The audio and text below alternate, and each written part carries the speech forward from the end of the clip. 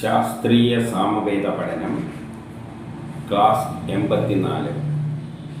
നമ്മൾ ഉത്തരാർജിതത്തിലെ 4-ാമത്തെ അധ്യായമായിട്ട് ഖണ്ഡം 4 നോക്കുന്നത്. ഇതിൽ ദേവത ഇന്ദ്രനാണ്. ഇന്ദ്രൻ ആരാണെന്നൊന്ന് പറയാം, എപ്പോഴും പറയുന്നതാണ്. പക്ഷേ വേദങ്ങൾ ഇന്ദ്രനെ പറ്റി ഇത്രയും പറയാനൊരു കാര്യമുണ്ട്. ഒരടിസ്ഥാനപരമായ ഒരു സത്യമാണ് പറയുന്നത്. നമ്മൾ യുക്തിവാദികളെല്ലാം പറയും സയൻസിലൂടെയാണ് ഈ ലോകം ഉണ്ടായിരിക്കുന്നത്. ശരി തന്നെയാണ്, സയൻസിലൂടെയാണ് ഈ പ്രപഞ്ചം ഉണ്ടായിരിക്കുന്നത്. പക്ഷേ സയൻസ് മാത്രമായാൽ പ്രപഞ്ചമാവില്ല. സയൻസ് ഉണ്ടായാലും മാത്രം പോരാ, അതിനെ ഏകോപിപ്പിക്കാനൊരുള്ള മാനേജ്മെൻ്റ് എന്നൊരു ഫംഗ്ഷനുണ്ട്. ഒരു ശക്തി പ്രേരിപ്പിക്കണം. ഉദാഹരണമായിട്ട് ഹൈഡ്രജനും ഓക്സിജനും കൂടി ചേർന്ന് കഴിഞ്ഞാൽ വെള്ളമാകും. പക്ഷേ അതിനെന്ത് വേണം? നമ്മൾ ഹൈഡ്രജനും ഓക്സിജനും എടുത്ത് അതിനെ സയൻസിൻ്റെ അടിസ്ഥാനത്തിൽ അതിനെ ഏകോപിപ്പിച്ച് കൊടുത്താൽ മാത്രമേ അത് വെള്ളമായിട്ട് മാറുകയുള്ളൂ. ഉദാഹരണമായിട്ട് നമ്മളിപ്പോൾ ഒരു സാമ്പാർ ഉണ്ടാക്കണമെങ്കിൽ സാമ്പാറിൻ്റെ കുറിപ്പടിയിൽ വേണ്ട സാധനങ്ങളെല്ലാം എഴുതി വെച്ചിട്ട് അവിടെ സാധനവും എടുത്ത് വെച്ച് കഴിഞ്ഞാൽ അത് സാമ്പാറാകില്ല. സാമ്പാറാണ്ടിക്ക് എന്ത് വേണം? അതിനെല്ലാം അതിൻ്റെ വേണ്ട അളവിൽ പാല് കുറിപ്പിൽ പറഞ്ഞതാണ് സയൻസ്. കുറിപ്പിൽ പറഞ്ഞതുപോലെ വെട്ടി പാത്രത്തിലിട്ട് അതിൻ്റെ സമയാസമയങ്ങളിൽ അതെല്ലാം ചെയ്തിട്ട് ഏകോപിപ്പിക്കണം. ഒരു വീടിൻ്റെ പ്ലാന് വെച്ചിട്ട് മെറ്റീരിയൽ വെച്ച വീടാവില്ല. അതിനെ ഏകോപിപ്പിക്കാൻ ഒരു മേസ്ത്രി വേണം. ഒരു സ്ഥാപനത്തിലാണെങ്കിൽ ഒരു എൻജിനീയർ ഉണ്ടാവും, ഒരു സൂപ്പർവൈസർ ഉണ്ടാവും. അപ്പോൾ ഏകോപിപ്പിക്കുക എന്നതാണ് മാനേജ്മെൻറ്റ് എന്ന് പറയുന്നത്. അപ്പോൾ ഏതൊരു കർമ്മം നടക്കുമ്പോഴും അതിൻ്റെ അകത്ത് നടക്കുന്ന മാറ്റങ്ങളിൽ അവയെ ഏകോപിപ്പിക്കുന്ന ഒരു ശക്തിയുണ്ട്. ആ ശക്തി സയൻസിൽ നിന്ന് ഉത്ഭവിക്കുന്നത് തന്നെയാണ്. അപ്പം നമ്മൾ പൂർണ്ണമായും ഒരു വിഷയത്തെ പഠിക്കുമ്പോൾ സയൻസും അതിൽ നിന്ന് തന്നെ ഉത്ഭവിക്കുന്ന ഒരു ശക്തി വിശേഷമാകാം, അല്ലെങ്കിൽ വേറൊരു ശക്തി വിശേഷമാകാം. ഏതോ ഒരു ശക്തി വിശേഷവും ആ സയൻസിൻ്റെ അടിസ്ഥാനത്തിൽ അതിനെ ഏകോപിപ്പിച്ചിട്ട് ഒരു പുതിയ സാധനമാക്കി മാറ്റുന്നുണ്ട്. അപ്പം നമ്മൾ എന്ത് കർമ്മം ചെയ്യുമ്പോൾ ഒരു സാധനത്തെ വേറൊന്നാക്കി മാറ്റുകയാണ് ചെയ്യുന്നത്. അപ്പോൾ അവിടെ സയൻസിൻ്റെ അടിസ്ഥാനത്തിൽ തന്നെയാണ് ചെയ്യുന്നതെങ്കിലും അവിടെ ഏകോപിപ്പിക്കുന്ന ഒരു ശക്തി വിശേഷമുണ്ട്. അതന്നെയാണ് ഇന്ദ്രൻ എന്ന് പറയുന്നത്. അപ്പോൾ ഇന്ദ്രൻ ഈ പ്രപഞ്ചം ഉണ്ടാകുന്നതിന് പിന്നിലെല്ലാം അവിടെ ഏകോപിപ്പിക്കുന്ന സൂപ്പർവൈസറെ പോലെ ഈ പ്രപഞ്ചം ഉണ്ടാക്കുന്നതിൻ്റെ പിന്നിലെല്ലാം സയൻസിലൂടെയാണ് ഉണ്ടായെങ്കിലും ഒരു ഏകോപിപ്പിക്കുന്ന ശക്തി വിശേഷമുണ്ട്. അതാണ് ഇന്ദ്രൻ. അപ്പം പ്രപഞ്ച സൃഷ്ടി മുതൽ അതിനെ ഏകോപിപ്പിക്കുന്ന ഒരു സൂപ്പർവൈസറാണ് ഇന്ദ്രൻ. ആ നിലയിൽ നിന്നുകൊണ്ട് നമുക്ക് 212 എന്താണ് പറയുന്നത് നോക്കാം. ഇന്ദ്രനോടൊപ്പം തുല്യമായി ഈ ലോകത്തിൽ സൃഷ്ടിക്കപ്പെടട്ടെ. ഇന്ദ്രനോടൊപ്പം തുല്യമായ എന്തെല്ലാമോ ഈ ലോകത്തിൽ സൃഷ്ടിക്കപ്പെടട്ടെ, എങ്കിലും തുല്യമാകയില്ല. അതായത് ഈ പ്രപഞ്ചത്തിൽ എന്ത് തന്നെ സൃഷ്ടിച്ചാലും ഇന്ദ്രനോളം എത്തില്ല. കാരണം അതിനെ ഇന്നത്തെ രൂപത്തിലാക്കി മാറ്റുന്നത്, പ്രപഞ്ചത്തെ ഇന്നത്തെ രൂപത്തിലാക്കുന്നത് സയൻസിൻ്റെ അടിസ്ഥാനത്തിലാണെങ്കിലും അതിനെ ഏകോപിപ്പിക്കുന്ന ഇന്ദ്രനാണ്. അപ്പം ഇന്ദ്രനെക്കാട്ടും ശ്രേഷ്ഠമായി ഒന്നും ഈ ലോകത്തിലില്ല. അപ്പം വേദത്തിലെ ഏറ്റവും വലിയ ദേവത ഇന്ദ്രനാണ്. എല്ലാം ഈ പ്രപഞ്ചത്തിൽ നമ്മളിപ്പോൾ ചെയ്യുന്നതിനെയും എല്ലാം ഒരു വസ്തുവിനെ വേറൊന്നാക്കി മാറ്റുന്നുണ്ടെങ്കിൽ അവിടെ ഇന്ദ്രനാണ് അതിൻ്റെ പിന്നിൽ പ്രവർത്തിക്കുന്ന ശക്തി. അപ്പോൾ ഇന്ദ്രന് സമാനം ആരുമില്ല. അങ്ങയുടെ ഇന്ദ്രൻ്റെ പ്രതിബിംബമായിട്ട് ഭൂമിയിൽ അനവധി കാര്യങ്ങൾ ഉണ്ടായിക്കോട്ടെ, ഇന്ദ്രന് സമാനം ഇപ്പം അഗ്നിയില്ലാതെ ഊർജമില്ലാതെ ഒരു കാര്യം നടക്കില്ല. ഇപ്പം ഏകദേശം ഇന്ദ്രന് സമാനമായിട്ട് അഗ്നിയെ എടുക്കാമെങ്കിലും അഗ്നി ഉണ്ടായാൽ മാത്രം പോരാ.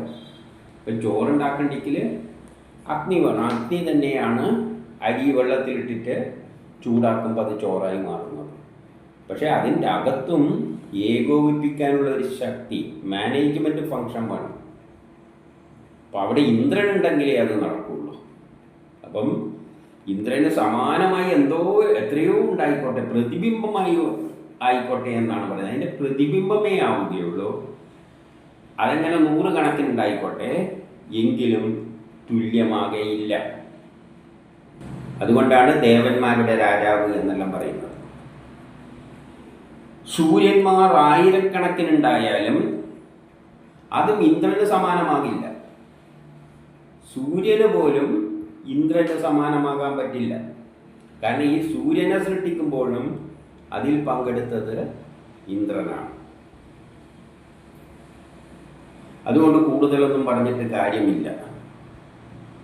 ഒന്നും തന്നെ ഇന്ദ്രന് സമാനമാകില്ല.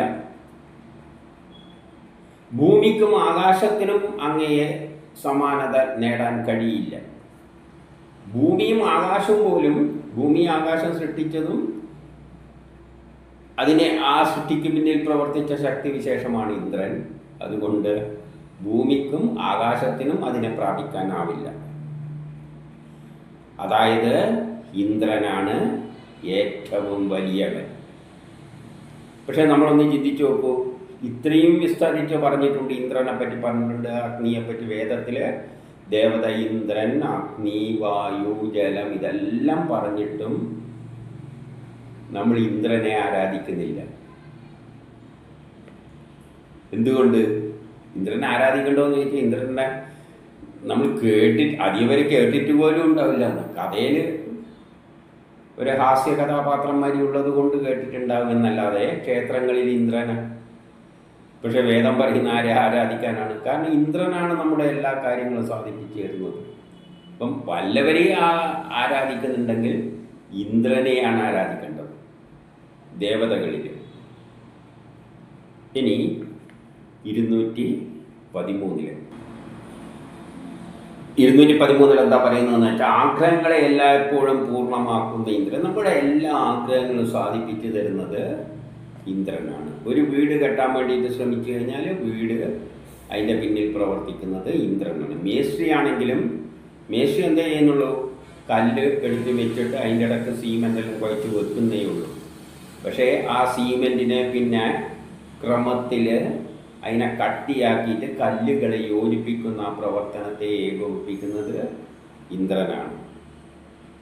മേസ്ത്രി കല്ലെടുത്ത് വെക്കുമ്പോൾ മസിലെല്ലാം വർക്ക് ചെയ്യും. മസിൽ വർക്ക് ചെയ്യുമ്പം നമ്മളെ ശരീരത്തിൻ്റെ അകത്ത് ഭക്ഷണവും അതെല്ലാം കത്തിയിട്ട് ഊർജമെല്ലാം ഉണ്ടാകുന്നുണ്ട്. അവിടെ ആ സയൻസിൻ്റെ അടിസ്ഥാനത്തിൽ അതിനെ ഏകോപിപ്പിക്കുന്ന രാസപ്രവർത്തനത്തെ ഏകോപിപ്പിക്കുന്ന ശക്തി വിശേഷം ഇന്ദ്രനാണ്. അതുകൊണ്ട് അങ്ങ് സ്വന്തം ശക്തിയാൽ ഞങ്ങളുടെ എല്ലാവിധ ശക്തിയെയും പൂർണ്ണമാക്കുന്നു. ഞങ്ങളുടെ ശക്തി എന്ന് പറയുന്നത് അങ്ങയുടെ ശക്തിയാണ്. നമ്മൾ എന്ത് ചെയ്യുമ്പോൾ അതിനെ പൂർത്തീകരിക്കുന്നത് അങ്ങാണ്. അങ്ങനെയുള്ള ശക്തി വിശേഷത്തിൻ്റെ ഉടമയായ അങ്ങ് ഞങ്ങളുടെ തൊഴുത്തുകൾ നിറക്കുക.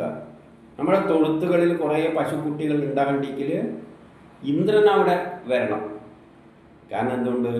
അണ്ടവും ബീജവും എല്ലാം കൂടി ചേർന്നിട്ട് കൊച്ചിനെ ഉണ്ടാക്കുന്ന കർമ്മത്തിലും എല്ലാം അവയെ ഏകോപിപ്പിക്കുന്ന ശക്തി വിശേഷം ഇന്ദ്രനാണ്. അപ്പം തൊഴുത്ത് നിറയാനും ഞങ്ങളിൽ രക്ഷ എത്തിക്കുന്നതുമെല്ലാം അങ്ങാണ്. ഇനി 214 ഇന്ദ്രനോട് പറയുകയാണ്, അങ്ങേക്ക് അഭിഷേകം നൽകിയിട്ട് ഞങ്ങൾ ശിരസ് കുനിച്ച് നമിക്കുന്നു. അഭിഷേകം നൽകുക എന്ന് പറഞ്ഞാൽ നമ്മളിപ്പോൾ ചോറ് വയ്ക്കുകയാണെങ്കിൽ അരിയും വെള്ളമെല്ലാം പാത്രത്തിലിട്ട് അഗ്നി അടിയിൽ വെച്ചിട്ട് ഇന്ദ്രനാണ് സമർപ്പിക്കുന്നത്. കാരണം ഇന്ദ്രനാണ് അതിൻ്റെ അകത്തുള്ള സൂപ്പർവൈസർ. ഇന്ദ്രൻ അതിനെ എന്ത് ചെയ്യും? അതിനെയെല്ലാം ഏകോപിപ്പിച്ചിട്ട് ചോറാക്കി മാറ്റും. അപ്പം ഇന്ദ്രനാണ് നമ്മൾ സമർപ്പിക്കുന്നത്. അങ്ങനെ സോമത്തിൻ്റെ മാറ്റം സംഭവിക്കുമ്പോൾ ആ വൃത്രനെ നശിപ്പിക്കുവാൻ വേണ്ടിയിട്ട് നമ്മൾ ഇന്ദ്രനെ ഉപാസിക്കുന്നു. വൃത്രാസുരൻ എന്ന് പറഞ്ഞാൽ നമ്മൾ എന്ത് കർമ്മം ചെയ്യുമ്പോഴും for every action there is equal and opposite reaction. അതിനെ എതിർക്കുന്ന ഒരു ശക്തിയുണ്ട്. നമ്മൾ ചോറ് വെക്കുമ്പോഴും അരി എതിർക്കുന്നുണ്ട്. ആ എതിർപ്പിനെ മറികടന്നിട്ട് വേണം നമ്മൾ അതിനെ പുതിയൊരവസ്ഥയിലേക്ക് എത്തിക്കാൻ. അതുകൊണ്ട് നമ്മൾ വൃത്രാസുരനെ വധിക്കാൻ വേണ്ടിയിട്ട് ആ അരിയെ ചോറാകുന്നതിൽ നിന്ന് തടുത്തു നിർത്തുന്ന ശക്തിയെ എതിർക്കാൻ വേണ്ടിയിട്ട് നമ്മൾ ഇന്ദ്രനെ ആഹ്വാനം ചെയ്യുന്നു. ഇനി 215 സ്തുതി അർപ്പിച്ചുകൊണ്ടിരിക്കുന്ന സ്തോതാവ് സ്തുതി അർപ്പിക്കുക എന്നുള്ള സയൻസിൻ്റെ അടിസ്ഥാനത്തിലാണ് യജ്ഞങ്ങൾ ചെയ്യുക. ആ വാക്കുകൾ ഉയർന്ന് ഇന്ദ്രനെ ലക്ഷ്യമാക്കിയാണ് അത് ചെയ്യുന്നത്. നമ്മൾ ഉപയോഗിക്കുന്ന സ്തുതികൾ, അതായത് സയൻസ് തത്വങ്ങൾ, ഇന്ദ്രനെ ലക്ഷ്യമാക്കിയാണ് പോകുന്നത്. കാരണം ശാസ്ത്രത്തിൻ്റെ അടിസ്ഥാനത്തിൽ മാത്രമേ ഇന്ദ്രൻ എന്തെങ്കിലും ചെയ്യാൻ പറ്റുകയുള്ളൂ. അപ്പം നമ്മളൊരു സയൻസ് തത്വത്തിൻ്റെ അടിസ്ഥാനത്തിലാണ് എല്ലാ സാധനങ്ങളും ഇന്ദ്രൻ അർപ്പിക്കേണ്ടത്. അപ്പോൾ ഈ സ്തുതികളെല്ലാം ഇന്ദ്രൻ്റെ നേരെയാണ് ചെല്ലുന്നത്. ആ ഇന്ദ്രൻ്റെ സമീപം തന്നെയാണ് നമ്മൾ അർപ്പിക്കുന്ന സോമവും എത്തിച്ചേരുന്നത്. അപ്പം നമ്മൾ സോമവും കൊടുക്കുന്നു, അരിയും വെള്ളവും എല്ലാം കൊടുക്കുന്നു. അതിൻ്റെ കൂടെ എന്തുണ്ട്? ഒരു സയൻസുമുണ്ട്. ഇങ്ങനെ ചൂടായി കഴിഞ്ഞാൽ അരി എന്താവും? ചോറാകും. ആ സയൻസും കൂടിയോടുകൂടിയാണ്, ശാസ്ത്രത്തിൻ്റെ അടിസ്ഥാനത്തിലാണ് നമ്മൾ സോമം ഇന്ദ്രനെ സമർപ്പിക്കുന്നത്. ഇനി 216 ഇങ്ങനെ എല്ലാം അറിയുന്ന ഇന്ദ്രനിൽ നിന്നും, എല്ലാം അറിയാവുന്ന ഇന്ദ്രൻ എല്ലാ സയൻസും അറിയാം. ഇന്ദ്രനാണല്ലോ അതെല്ലാം ആ സയൻസ് അടിസ്ഥാനത്തിൽ മാറിക്കുന്നത്. അപ്പം എല്ലാം അറിയുന്ന ഇന്ദ്രനും എല്ലായിടവും നിറഞ്ഞു നിൽക്കുന്ന ഇന്ദ്രനും, എല്ലായിടവും ഉണ്ട്. നമ്മളിവിടെ ചോറ് വയ്ക്കുകയാണെങ്കിൽ ഇവിടെ ഇന്ദ്രനുണ്ട്, അമേരിക്ക ചോറ് വയ്ക്കുകയാണെങ്കിൽ അവിടെ ഇന്ദ്രനുണ്ട്. അപ്പോൾ അതില്ലാത്ത സ്ഥലമില്ല. എല്ലായിടവും നിറഞ്ഞു നിൽക്കുന്ന ഇന്ദ്രനും സ്തോതാക്കൾക്ക് എന്തു ചെയ്യുന്നു? അതായത് ശാസ്ത്രത്തിൻ്റെ അടിസ്ഥാനത്തിൽ സമീപിക്കുന്നവർക്ക് ശക്തിയും അന്നവും നൽകുന്നു. കൂടാതെ ഗോക്കളോടുകൂടിയ ഇന്ദ്രൻ, ഗോക്കൾ എന്ന് പറഞ്ഞാൽ ധനം, പണ്ട് കാലത്ത് ഗോക്കളാണ് ധനം. അപ്പം ധനം നൽകുന്നു. വളരെയധികം ധനം ലഭിക്കുവാനായി ഇന്ദ്രനോട് നമ്മൾ യാചിക്കുന്നു. ഇനി 217 അങ്ങനെ വളരെ സാമർഥ്യത്തോടുകൂടി പോരാട്ടത്തിൽ ഏർപ്പെടുന്ന പുരുഷൻ. അപ്പം സാമർഥ്യത്തോടു കൂടിയാണ് നമ്മൾ കർമ്മങ്ങൾ ചെയ്യുന്നത്. സാമർഥ്യത്തോടു കൂടിയെന്ന് പറയുമ്പോൾ നമ്മൾ സയൻസിൻ്റെ അടിസ്ഥാനത്തിൽ തന്നെയാണ് കർമ്മങ്ങൾ ചെയ്യുന്നത്. അത് നമ്മളെ സാമർഥ്യമാണ്. പുതിയ ശാസ്ത്രതത്വത്തിൻ്റെ അടിസ്ഥാനത്തിൽ പുതിയ വസ്തുക്കൾ നമ്മൾ പ്രൊഡ്യൂസ് ചെയ്യും. അങ്ങനെയുള്ള ആൾക്കാർ തൻ്റെ കർത്തവ്യം അനുഷ്ഠിക്കുമ്പോൾ ഇന്ദ്രൻ എന്ത് ചെയ്യുന്നു? അതിനെ പുതിയ പ്രൊഡക്റ്റ് ആക്കിയിട്ട് അന്നമാക്കിയിട്ട് നമുക്ക് നൽകും. അന്നം എന്നതിനെ പ്രൊഡക്റ്റ് എന്ന നിലയിൽ കണ്ടാൽ മതി. അപ്പം സമർത്ഥന്മാരായ മനുഷ്യർ ശാസ്ത്രത്തിൻ്റെ അടിസ്ഥാനത്തിൽ പുതിയ കർമ്മങ്ങൾ ചെയ്യുമ്പോൾ ഇന്ദ്രൻ വന്നിട്ട് ആ സയൻസിൻ്റെ അടിസ്ഥാനത്തിൽ അതിനെ ഏകോപിപ്പിച്ചിട്ട് അന്നമാക്കി തീർക്കുന്നു. അങ്ങനെയുള്ള യാഗകർത്താക്കളെ, അങ്ങനെ നമ്മൾ ഇന്ദ്രനെ പ്രാർത്ഥിച്ചുകൊണ്ട് ഇന്ദ്രനോട് നമ്മൾ എന്ത് ചെയ്യുക? ആഹ്വാനം ചെയ്യുക. നമ്മൾ ഉപയോഗിക്കുന്ന ഈ ശാസ്ത്ര തത്വത്തിൻ്റെ അടിസ്ഥാനത്തിൽ നമുക്കുള്ള ഈ വസ്തുക്കളെല്ലാം എടുത്തിട്ട് അങ്ങെന്ത് വേണം? ഇൻപുട്ടെല്ലാം എടുത്തിട്ട് അങ്ങ് നമുക്ക് അതിനെ പ്രൊഡക്റ്റ് ആക്കിയിട്ട് മാറ്റിത്തരിക. ഇനി 218 ധനം നൽകുന്ന പുരുഷന്മാരെ പറ്റി നമ്മൾ ഉചിതമല്ലാത്ത വാക്കുകളൊന്നും ഉച്ചരിക്കാറില്ല. അതായത് നമുക്ക് ധനം നൽകുന്നത് ആരാണ്? ഇന്ദ്രനാണ്.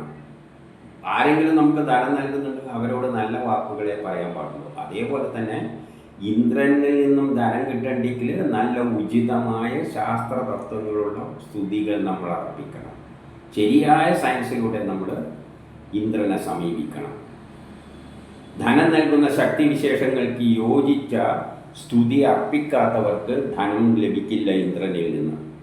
നമ്മൾ ശരിയായ ശാസ്ത്രത്തിൻ്റെ അടിസ്ഥാനത്തിൽ എല്ലാ കർമ്മങ്ങൾ ചെയ്തതെങ്കിൽ ഇന്ദ്രൻ അതിൽ നിന്നും ധനം നേടിത്തരില്ല. ഉണ്ടാക്കുന്ന സാധനങ്ങളെല്ലാം റിജക്ഷനായി പോകും. ആൾക്കാർ വാങ്ങില്ല. ആൾക്കാർ വാങ്ങേണ്ടിക്ക് നല്ല സയൻസിൻ്റെ അടിസ്ഥാനത്തിൽ ശാസ്ത്രീയമായി വൃത്തിയും വെടിപ്പോടും കൂടി നല്ല ക്വാളിറ്റിയുള്ള പ്രൊഡക്റ്റ് തന്നെ നമ്മൾ ഉണ്ടാക്കണം. അങ്ങനെയുള്ള നല്ല വസ്തുക്കൾ പ്രൊഡ്യൂസ് ചെയ്താലേ ആൾക്കാർ വാങ്ങുകയുള്ളൂ, ധനം കിട്ടുകയുള്ളൂ. ഇപ്പോൾ ശാസ്ത്രീയമല്ലാത്ത തത്വത്തിൻ്റെ അടിസ്ഥാനത്തിൽ നമ്മളെന്തൊക്കെ ഉണ്ടാക്കിക്കഴിഞ്ഞാൽ ഇന്ദ്രൻ ഉണ്ടാക്കുന്ന സാധനങ്ങൾ വലിയ ഗുണമൊന്നും ഉണ്ടാവില്ല, നമുക്ക് ധനം കിട്ടില്ല. അപ്പം സോമം സംസ്കരിക്കപ്പെടുമ്പോൾ, നമ്മൾ കൊടുക്കുന്ന വസ്തുക്കൾ സംസ്കരിക്കപ്പെടുമ്പോൾ ഇന്ദ്രന് വേണ്ടി ഇങ്ങനെ സമർപ്പണം ചെയ്യണം. നല്ല ശാസ്ത്രതത്വങ്ങൾ, നല്ല വസ്തുക്കൾ ഇന്ദ്രന് കൊടുക്കണം. ചോറുണ്ടാക്കേണ്ടിക്ക് ഇന്ദ്രന് നല്ല അരിയും നല്ല വെള്ളവും കൊടുത്തു കഴിഞ്ഞാൽ, ആവശ്യത്തിന് അഗ്നിയും കൊടുത്തു കഴിഞ്ഞാൽ ഇന്ദ്രൻ തൃപ്തിയാകും. നമുക്കെന്ത് ചെയ്യും? യോഗ്യമായ സ്ഥാനം നൽകിത്തരും. നല്ല സയൻസ് വേണം, ശാസ്ത്രതത്വത്തിൻ്റെ അടിസ്ഥാനത്തിൽ ചെയ്യണം. കൊടുക്കുന്ന ഇൻപുട്ടുകളിലെ സോമം വളരെ ശുദ്ധമായിരിക്കണം. നല്ല അരിയാണെങ്കിൽ നല്ല ചോറ്.